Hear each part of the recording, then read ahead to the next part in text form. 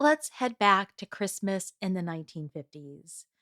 Snow on the rooftops, colored bulbs glowing in the windows, and families gathered around the TV with mugs of cocoa. Holiday magic wasn't just in the air, but it was also on the small screen. So let's take a trip back and revisit some of my favorite Christmas episodes from the 1950s. And spoiler alert, I will be giving away the endings. First up is The Honeymooners' "'Twas the Night Before Christmas." The episode opens with Trixie visiting Alice and asking if she has any oranges because Norton got her an orange juice squeezer for Christmas. But this isn't just any orange juice squeezer, it's one shaped like Napoleon. And the two friends laugh over Norton's questionable gift choice.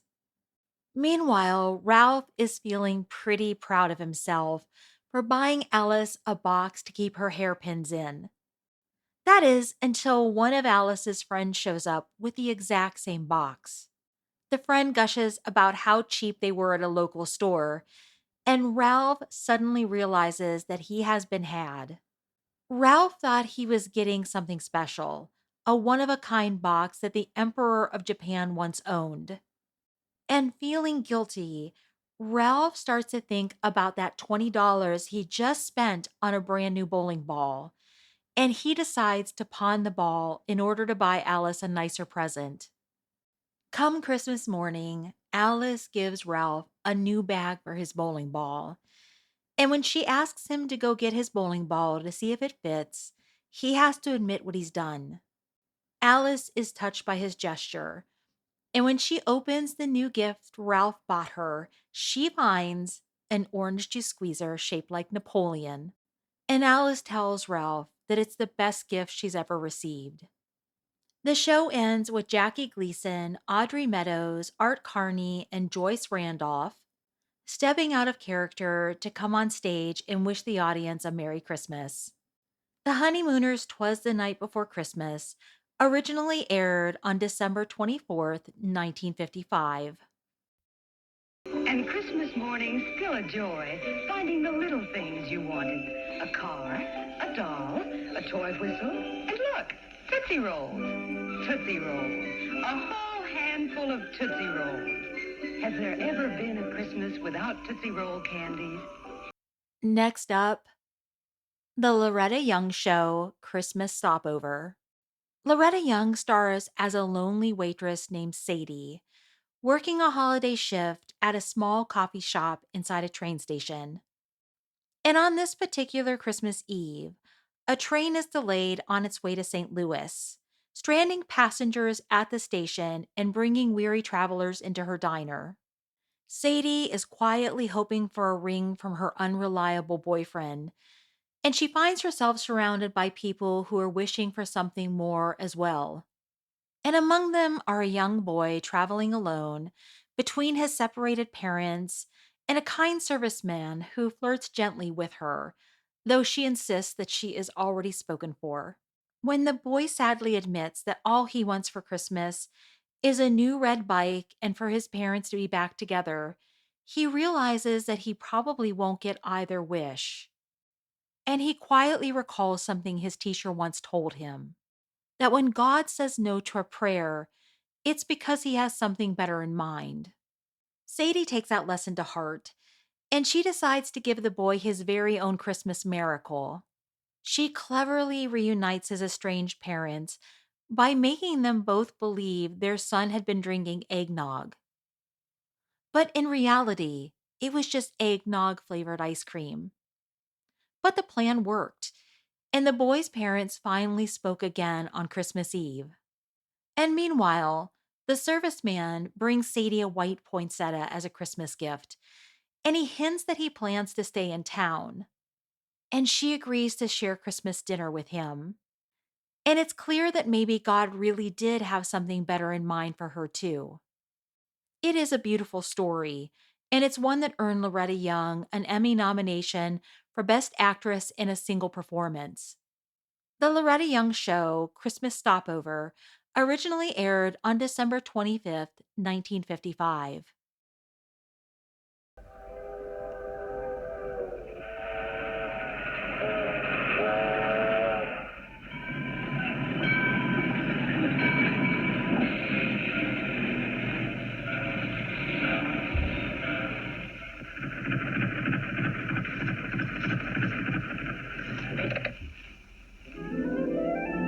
Home for Christmas. Instant Maxwell House sincerely hopes everyone's home for Christmas at your house, too. And that coffee cups are filled with the full, rich flavor of coffee beans fresh hot from roasting. Instant Maxwell House coffee. Next up, Lassie the Christmas Story. This episode opens with a heroic moment. While the Martins are out doing their Christmas shopping, Lassie saves a little girl from being hit by a truck. But in the process, Lassie is struck herself. Lassie is rushed to the veterinarian, and the vet sends her home while he waits for the x rays to be developed.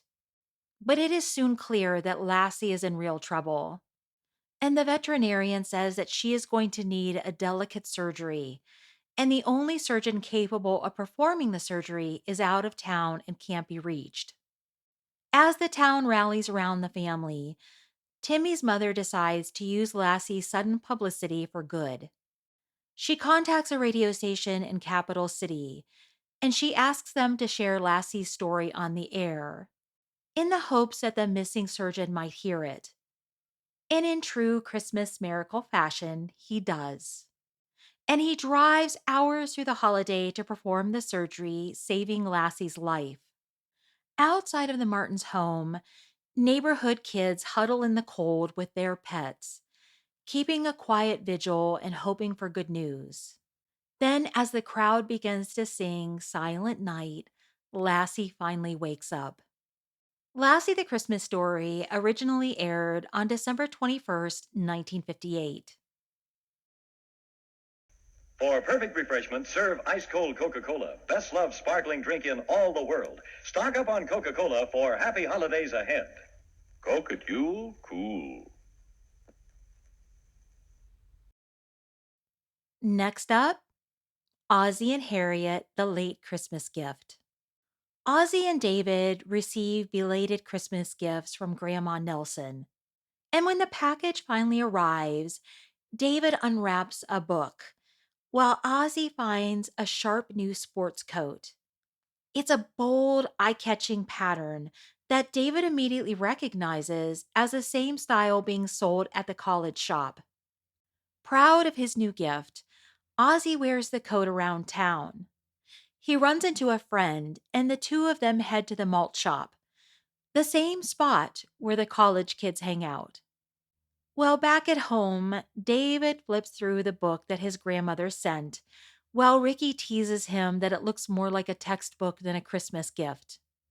Ricky starts to suspect that Grandma Nelson may have accidentally switched the gift tags, especially since the coat looks like something the young crowd would wear and isn't exactly Ozzie's style.